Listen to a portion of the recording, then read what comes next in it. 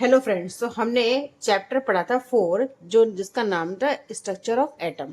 तो उसके कुछ न्यूमेरिकल्स हैं, आपने पढ़ा था उसमें कि एटॉमिक मास पढ़ा था, एटॉमिक नंबर पढ़ा था। लेकिन अब यहाँ पर हमें क्या है कि हमें न्यूट्रॉन्स नंबर कितने होते हैं न्यूक्लियस के अंदर, प्रोटॉन कितने होते हैं ये निकालने के लिए, या फिर इलेक्ट्रॉन कितने हैं कैसे निकाले जाते हैं, या हम यहाँ पर हम इन सब चीज़ों के बारे में सीखेंगे। तो देखिए, हमें स्टार्ट करना है, क्वेश्चन स्टार्ट करेंगे। तो देखिए, हम स्टार्ट करते हैं क्वेश्चन नंबर फर्स्ट से। Helium atom and atomic mass of 4u and 2 proton on it's nucleus, how many protons does it have.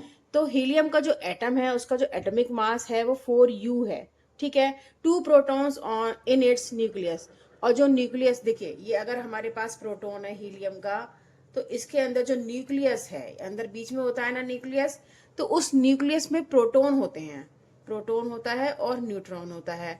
जितना इसका मास होता है वही इस पूरे एटम का मास होता है, ये आप जानते हो।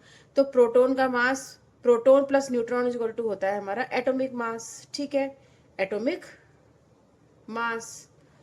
तो एटॉमिक मास यहाँ पर आपका गिवन है पहले से ही 4u। तो हम एटॉमिक मास, हमारा फॉर्मूला होता है atomic mass is equal to number of proton plus number of neutron. तो यहाँ पर हमने शो भी किया है कि न्यूक्लियस के अंदर प्रोटॉन प्लस न्यूट्रॉन का जो नंबर ऐड करने के बाद आएगा वो इसका एटॉमिक मास कहलाएगा। तो नंबर ऑफ प्रोटॉन यहाँ पर कितने हैं गिवन है, 2 प्रोटॉन्स यहाँ पर गिवन है, और आपके पास क्या गिवन है, एटॉमिक मास। तो हीलियम का एटॉमिक मास आपको 4u दे रखा है, ठीक है। अब आपको निकालना क्या है, how many neutrons does it have. तो आपको न्यूट्रॉन्स के नंबर्स निकालते हैं कि न्यूक्लियस के अंदर कितने न्यूट्रॉन हैं। तो यहाँ पर इसको आप निकालोगे तो यहाँ पर तो उसको एज इट इज लिखोगे number of neutrons, number of neutrons. अब देखिए, हमें क्या निकालना है, नंबर ऑफ न्यूट्रॉन्स। तो आपको 2 इधर लेकर आना पड़ेगा। तो 4 में से जब आप 2 माइनस करोगे तो यहाँ पर क्या बचेगा, 2। तो नंबर ऑफ न्यूट्रॉन्स कितने निकल कर आए, आपके नंबर ऑफ न्यूट्रॉन्स 2 निकल के आए, ठीक है। ये हो गया इसका सॉल्यूशन। नेक्स्ट क्वेश्चन आता है हमारा, right the distribution of electron in carbon and sodium atom. आपको बताना है कि जो इलेक्ट्रॉन कार्बन का और सोडियम के अंदर जो इलेक्ट्रॉन है उनका डिस्ट्रीब्यूशन शेल में किस तरीके से होता है, कौन से शेल में ये जाता है। तो देखिए, यहाँ पर हमें सबसे पहले पता होना चाहिए दोनों का एटॉमिक नंबर। अब एटॉमिक नंबर क्या होता है, नंबर ऑफ प्रोटॉन के इक्वल, और प्रोटॉन किसके इक्वल होता है, इलेक्ट्रॉन के इक्वल। तो यहाँ पर हमें एटॉमिक नंबर पता है कार्बन का, कार्बन का ये एटॉमिक नंबर होता है 6। तो अगर एटॉमिक नंबर 6 है, दैट मीन्स कि उसके अंदर प्रोटॉन कितने हैं, 6 ही हैं, है ना। एटॉमिक नंबर किसके इक्वल होता है, प्रोटॉन के नंबर, और प्रोटॉन किसके इक्वल होते हैं, इलेक्ट्रॉन के नंबर के इक्वल होता है। तो ये हमारा number of proton is equal to number of electron, ये हम सब जानते हैं। तो यहाँ पर हमारा डिस्ट्रीब्यूशन कैसे होगा इलेक्ट्रॉन का, आप यहाँ पर कैसे करोगे कि देखो, ये 6 है, तो के इसके जो हम डिस्ट्रीब्यूशन करेंगे तो 2 और 4 में ये यहाँ पर हम इसको ब्रेक कर देंगे, क्योंकि फर्स्ट सेल में जा रहे हैं 2 इलेक्ट्रॉन और सेकंड सेल में जा रहे हैं 4 इलेक्ट्रॉन। हमारे शेल कौन कौन से होते हैं, देखिए यहाँ पर फर्स्ट शेल यहाँ पर के शेल होता है, और जो सेकंड शेल होता है वो एल शेल होता है, उससे नेक्स्ट वाला होता है एम शेल होता है। तो जब तक अंदर का शेल पूरी तरीके से फिल नहीं हो जाता तब तक हम नेक्स्ट सेल में नहीं जा सकते। तो नेक्स्ट फर्स्ट सेल में हमारे 2 इलेक्ट्रॉन यहाँ पर रहते हैं और सेकंड सेल में 8 इलेक्ट्रॉन मैक्सिमम रह सकते हैं। तो यहाँ पर हमारा 2 इलेक्ट्रॉन तो फिल हो गया, लेकिन अब कितने बचे वो हम यहाँ पर लिख देंगे। तो हमारे 4 बचे, क्योंकि हमारे पास टोटल कितने इलेक्ट्रॉन है, 4 इलेक्ट्रॉन। तो यहाँ पर हमारा जो नंबर आ गए हमारे 2 और 4। अब इनका करना है हमें डिस्ट्रीब्यूशन कि कौन से शेल में कितने कितने इलेक्ट्रॉन जाएंगे। तो हमारे के शेल में कौन से कितने इलेक्ट्रॉन जा रहे हैं, वो 2 इलेक्ट्रॉन जा रहे हैं, और एल शेल में हमारे 4 इलेक्ट्रॉन जा रहे हैं। तो ये हमारा कौन क्या हो गया, के और एल, ठीक है। तो इस तरीके से हम शेल में इलेक्ट्रॉन को डिस्ट्रीब्यूशन करते हैं। तो ये तो कार्बन का हो गया। अगर हमें सोडियम का निकालना हो तब क्या होगा, तो देखिए यहाँ पर जो सोडियम के बारे में अगर हम बात करेंगे तो यहीं पर देख लीजिए, सोडियम में जो एटॉमिक नंबर होता है वो 11 होता है, ठीक है।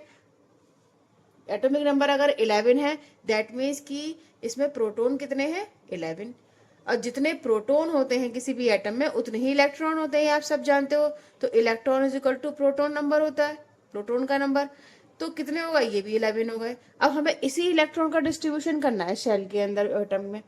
तो कैसे करेंगे, फर्स्ट शेल में हमारे 2 इलेक्ट्रॉन जा सकते हैं, सेकंड शेल में 8 इलेक्ट्रॉन जा सकते हैं। तो अभी हम 8 और 2 कितने हो गए, 10। अभी हमारे टोटल 10 इलेक्ट्रॉन फिल हो पाए, ठीक है। अब जो एक बचा इलेक्ट्रॉन वो थर्ड शेल में चला जाएगा, तो 1 इलेक्ट्रॉन यहाँ पर हमने लिख दिया।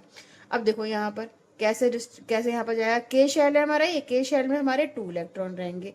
अब सेकंड शेल, ये के शेल है और एल शेल नेक्स्ट वाला है, इसमें 8 इलेक्ट्रॉन रहेंगे, तो यहाँ पर 8 इलेक्ट्रॉन यहाँ पर आप फिल कर सकते हो, 1 2 3 4 5 6 7 और ये 8। ठीक है। अब नेक्स्ट जो शेल आएगा वो कौन सा आएगा, के एल एम, एम शेल आएगा। उस एम शेल में एक ही इलेक्ट्रॉन बचा, तो यहाँ पर ये फिल कर देंगे इसको। तो इस तरीके से शेल का डिस्ट्रीब्यूशन कंप्लीट हो गया। आई थिंक ये आपको समझ में आ गया होगा। नेक्स्ट क्वेश्चन करेंगे। नेक्स्ट क्वेश्चन हमारा कहता है कि if K and L shell of an atom are full then what be the total number of electron in the atom. तो एटम है अगर आपके पास ये, इसके अंदर एक तो के शेल है और एक एल शेल है, तो हम यहाँ पर लिख सकते हैं ये हमारा के शेल है और ये हमारा एल शेल है।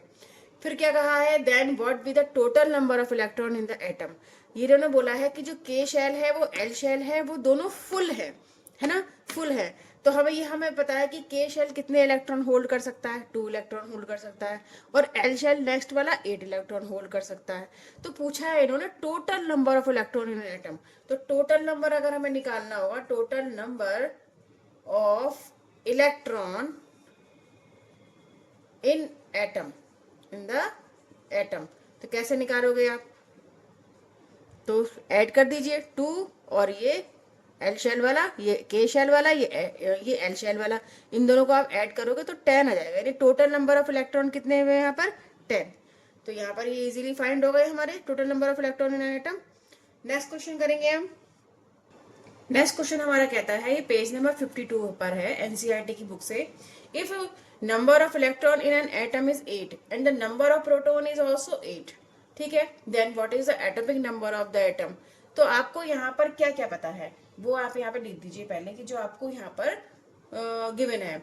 तो number of electron in an atom, यानी नंबर ऑफ इलेक्ट्रॉन कितने दे रखे हैं एटम के अंदर, नंबर ऑफ इलेक्ट्रॉन आपको गिवन है 8।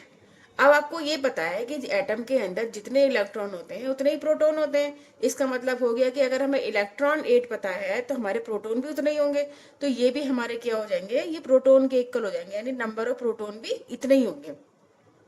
अब आपको इलेक्ट्रॉन भी पता चल गया और आपको प्रोटॉन भी पता चल गया।